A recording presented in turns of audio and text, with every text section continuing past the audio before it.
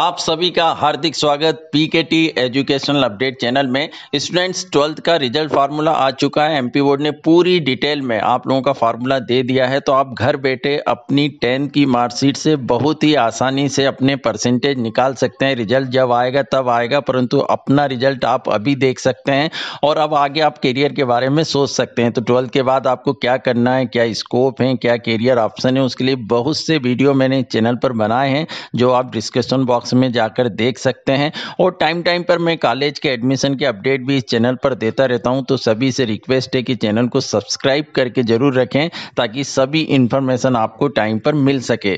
तो स्टूडेंट्स आइए अब हम स्टार्ट करते हैं कि किस तरह आपको अपना रिजल्ट बनाना है, किस तरह आप बना सकते हैं।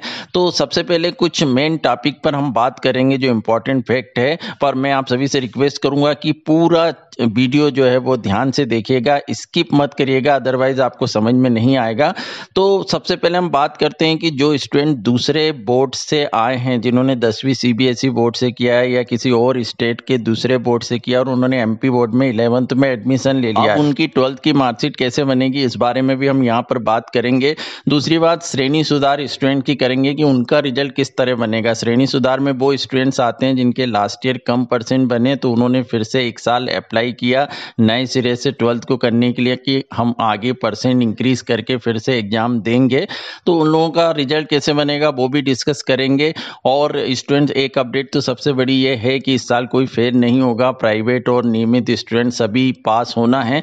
अब इसके बाद जो और भी बातें हैं एडिशनल सब्जेक्ट की, ऑप्शनल सब्जेक्ट जिनका, उनका रिजल्ट किस तरह बनेगा वो भी हम देखेंगे। जो व्यावसायिक पाठ्यक्रम में पढ़ते हैं उनका रिजल्ट किस तरह बनेगा वो भी हम इस पूरे वीडियो में समझेंगे। तो सबसे पहले मैं नॉर्मली बता दूं कि हमारे 10th में 6 सब्जेक्ट होते हैं। कुछ जगह जो प्रथम द्वितीय या तृतीय भाषा मराठी उर्दू भी हो सकती है। तो मोस्टली हमारे यहाँ जो स्टूडेंट्स हैं वो हिंदी और अंग्रेजी माध्यम के हैं, जिसमें विशिष्ट हिंदी या विशिष्ट अंग्रेजी या सामान्य हिंदी या सामान्य अंग्रेजी ही प्रथम द्वितीय भाषा रहती है। तृतीय भाषा ज़्यादातर संस्कृत ही है।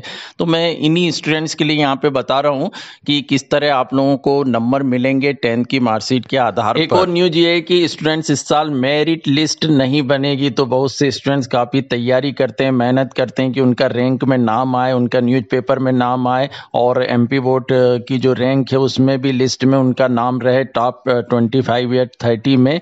और उसके बाद काफ़ी इंटरव्यू वगैरह होते थे न्यूज़पेपर में, रैंक के लिए काफ़ी स्टूडेंट मेहनत करते थे। तो वो उन सारे स्टूडेंट्स को इस बार निराशा होगी क्योंकि कोई मेरिट लिस्ट नहीं बन रही है, ना ही लैपटॉप की योजना का लाभ आपको इस साल मिलेगा।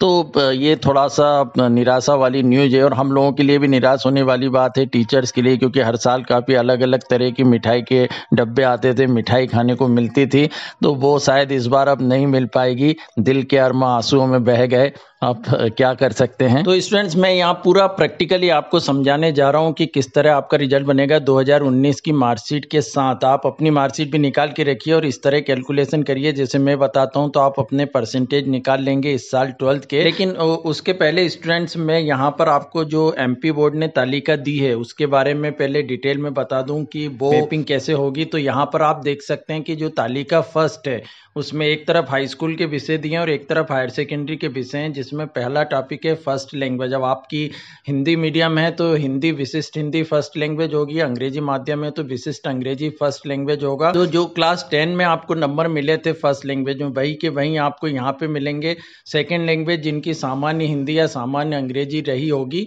उसके जो नंबर थे क्लास 10 में आपको मिले हैं, तो एज इट इज़ वही नंबर आपको क्लास 12th में भी मिलेंगे।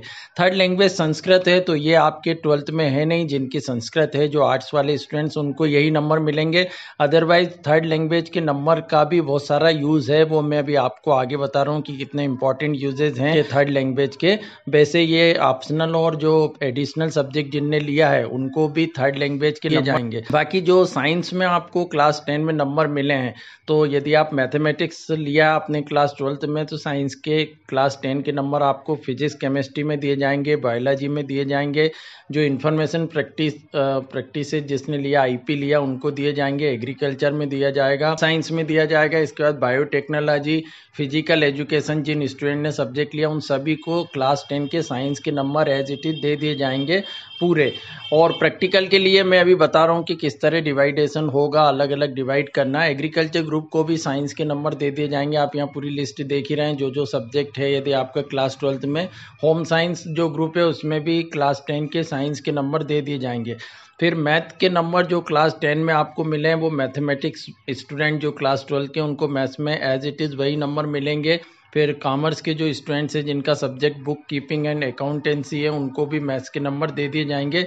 सोशल साइंस के नंबर स्टूडेंट्स जिन्होंने history, geography, political science, economic, Indian music, drawing designing, sociology, psychology ये सब्जेक्ट हैं। कॉमर्स ग्रुप के बिजनेस स्टडीज़ और इकोनॉमिक जो सब्जेक्ट हैं, या फाइन आर्ट ग्रुप के जो हैं ड्राइंग, पेंटिंग या जो भी design, history of Indian art and world art, उन सभी को सोशल साइंस के नंबर दे दिए जाएंगे। अब यहाँ पे सवाल ये उठता है कि मान लो आपके जो क्लास 10 में बेस्ट 5 नंबर ले रहे हैं उसमें सोशल साइंस हट जाता है और 5 सब्जेक्ट में सोशल साइंस नहीं आ रहा है, या साइंस हट रहा है, आपके साइंस में कम नंबर थे मान लो क्लास 10 में, तो फिर मैथ्स वाले को फिजिक्स केमिस्ट्री में किस तरह नंबर दिए जाएंगे साइंस के, या आर्ट्स वाले या कॉमर्स वालों को सोशल साइंस के नंबर कैसे दिए जाएंगे यदि सोशल साइंस सब्जेक्ट उस टाइम हट गया है, बेस्ट 5 में अच्छे नंबर में नहीं आ रहा है। स्टूडेंट्स इस डिटेल को पूरे अच्छे से आप लोग समझना कि जैसे मान लो आपके क्लास 10 में 6 सब्जेक्ट हैं, उसमें सब एक सब्जेक्ट तो हटना है क्योंकि बेस्ट 5 लेना है जिसमें आपको सबसे अच्छे नंबर मिले। अब जो सब्जेक्ट हटेगा मान लो वो साइंस भी हट सकता है, सोशल साइंस भी हट सकता है, या हिंदी, इंग्लिश या संस्कृत भी हट सकता है, कोई सा भी एक मैथ्स वगैरह का सब्जेक्ट भी हट सकता है। अब मैं एक एग्जांपल दूं कि मान लो कोई मैथमेटिक्स का स्टूडेंट है, अब उसको फिजिक्स केमिस्ट्री में साइंस के नंबर मिलना था पर 10th में उसके साइंस में कम नंबर थे तो वो तो अब हट गया, बेस्ट 5 में है नहीं। तो इस कंडीशन में अब उसको थर्ड लैंग्वेज के नंबर दिए जाएंगे, मतलब संस्कृत उसके सब्जेक्ट में है ही नहीं, पर संस्कृत में जो उसके नंबर होंगे वो उसको फिजिक्स और केमिस्ट्री दोनों में दे दिए जाएंगे। तो ये इस तरह थर्ड लैंग्वेज का यहाँ पे यूज़ होगा। इसी तरह यदि आर्ट्स और कॉमर्स के भी स्टूडेंट्स हैं तो उनको यदि सोशल साइंस के नंबर मिल रहे हैं और मान लो 10th में सोशल साइंस उनको हट गया है बेस्ट 5 से, उसमें कम नंबर थे, तो फिर उनको संस्कृत के ही नंबर जो थर्ड लैंग्वेज है उसी के नंबर उनके विषय में दिए जाएंगे। जो मैपिंग तालिका है उसमें यदि उनके सब्जेक्ट सोशल साइंस से मैच हो रहे हैं तो वहाँ पर सोशल साइंस हटा तो आप लोगों को संस्कृत के नंबर दे दिए जाएंगे। तो इस तरह जो थर्ड लैंग्वेज है उसकी यहाँ पर इंपॉर्टेंस है कि आप लोगों को उस तरह नंबर दिया जाए। जितने सब्जेक्ट प्रैक्टिकल वाले हैं जैसे फिजिक्स केमिस्ट्री हुआ या कॉमर्स और आर्ट्स के सब्जेक्ट हैं जिसमें प्रैक्टिकल सब्जेक्ट भी रहता है तो 70 नंबर का उनका पेपर होता है, 30 नंबर प्रैक्टिकल के लेते हैं। तो मान लीजिए आपको 85 नंबर मिले हैं थ्योरी में, 10th के जो भी साइंस के नंबर लिए हैं या जो भी सब्जेक्ट के आपकी मैपिंग की गई है, तो मान लो आपको फिजिक्स केमिस्ट्री में 85 नंबर मिल गए हैं संस्कृत के जोड़ के, यदि साइंस आपका बाहर हो गया तो इसके बाद 85 का 30% हमको निकालना पड़ेगा। 85 में मल्टीप्लाई करना पड़ेगा 30/100 का, और जो नंबर आएंगे वो प्रैक्टिकल में दिए जाएंगे। जैसे मैंने यहाँ बताया कि 26 नंबर इसको प्रैक्टिकल में मिले हैं और बाकी जो माइनस करके जो भी नंबर रहेंगे उसका 70% वो थ्योरी में मिलेगा। तो इस तरह मार्कशीट जब आपकी आएगी तो थ्योरी और प्रैक्टिकल में इस तरह डिवाइड करके नंबर दिए जाएंगे। तो यहाँ स्टूडेंट्स आप लोग एक मार्कशीट देख सकते हैं जो मेरे कोचिंग स्टूडेंट्स की है, तो इसने काफ़ी अच्छे नंबर लेकर आया था 2019 में क्लास 10th में, जिसमें इंग्लिश स्पेशल में, क्योंकि इसका इंग्लिश मीडियम था तो इंग्लिश स्पेशल में इसको 89 नंबर मिले, जनरल हिंदी में 92, मैथमेटिक्स में 100 नंबर है, संस्कृत में 98, साइंस में 96 और सोशल साइंस में इसके 87 है। तो बेस्ट 5 हम देखें तो सोशल साइंस यहाँ पे इसका सब्जेक्ट हट जा रहा है। अब इसने 12th में मैथ साइंस लिया है तो इंग्लिश में इसको 89 ही मिलेंगे जैसे 10th में मिले थे, आप मार्कशीट में देख सकते हैं। हिंदी में भी इसको 92 मिलेंगे जैसे 10th में मिले थे। मैथमेटिक्स में इसको 12th में 100 ही मिलेंगे। अब फिजिक्स केमिस्ट्री की बात करें तो स्टूडेंट्स इसके साइंस में आप देखेंगे कि मार्कशीट में 96 नंबर हैं, तो इसको फिजिक्स और केमिस्ट्री दोनों में 96 नंबर दिया जाएगा क्योंकि साइंस से इसकी मैपिंग हो रही है। तो यहाँ पर टोटल इसका 473 आ रहा है और परसेंटेज हम देखें कि 473 मल्टीप्लाई 100/500 जो 5 सब्जेक्ट हैं तो उससे डिवाइड करते हैं तो उनके नंबर से तो 94.6% यहाँ पर इसके बन रहे हैं। तो इस तरह रिजल्ट बनेगा, क्योंकि सोशल साइंस इसका हट गया है तो उसको इंक्लूड करना नहीं है। मैथमेटिक्स में वैसे भी सोशल साइंस से मैपिंग हो नहीं रही है, तो इस तरह आप अपनी मार्कशीट से भी अपने रिजल्ट का कैलकुलेशन कर सकते हैं। और इसके बाद जो व्यावसायिक पाठ्यक्रम है स्टूडेंट्स, उनकी मैपिंग दी है। जिनका 12th में व्यावसायिक पाठ्यक्रम का सब्जेक्ट होता है उनकी मैपिंग भी यहाँ पे दी गई है। इस तरह वो अपने सब्जेक्ट के नंबर निकाल सकते हैं। इसके बाद जो श्रेणी सुधार वाले स्टूडेंट्स हैं उनको भी क्लास 10 के ही जैसे मैंने यहाँ पे बताया इसी तरह परसेंटेज उनके भी बनाकर दिए जाएंगे। अब बात करते हैं जो अदर स्टेट के स्टूडेंट्स हैं या दूसरे बोर्ड से एमपी बोर्ड में आए हैं तो उनकी मार्कशीट किस तरह बनेगी। तो उनको 5 जुलाई तक स्टूडेंट्स अपने स्कूल में या प्राइवेट स्टूडेंट्स है तो संबंधित संस्था में जाकर अपने पूरी डिटेल उनको देना पड़ेगी। और जो 10th की मार्कशीट है वो अपलोड करना होगी माध्यमिक शिक्षा मंडल बोर्ड को क्यूएसको के माध्यम से। तो स्टूडेंट्स इस तरह मैंने पूरी डिटेल जो है आपको फार्मूले को समझाते हुए इस वीडियो में बता दी। कैसा लगा आपका वीडियो, लाइक और कमेंट जरूर करिएगा। साथ ही इसको शेयर भी करिए ज़्यादा से ज़्यादा, ताकि अधिक से अधिक स्टूडेंट्स को कैलकुलेशन अच्छे से समझ में आ जाए।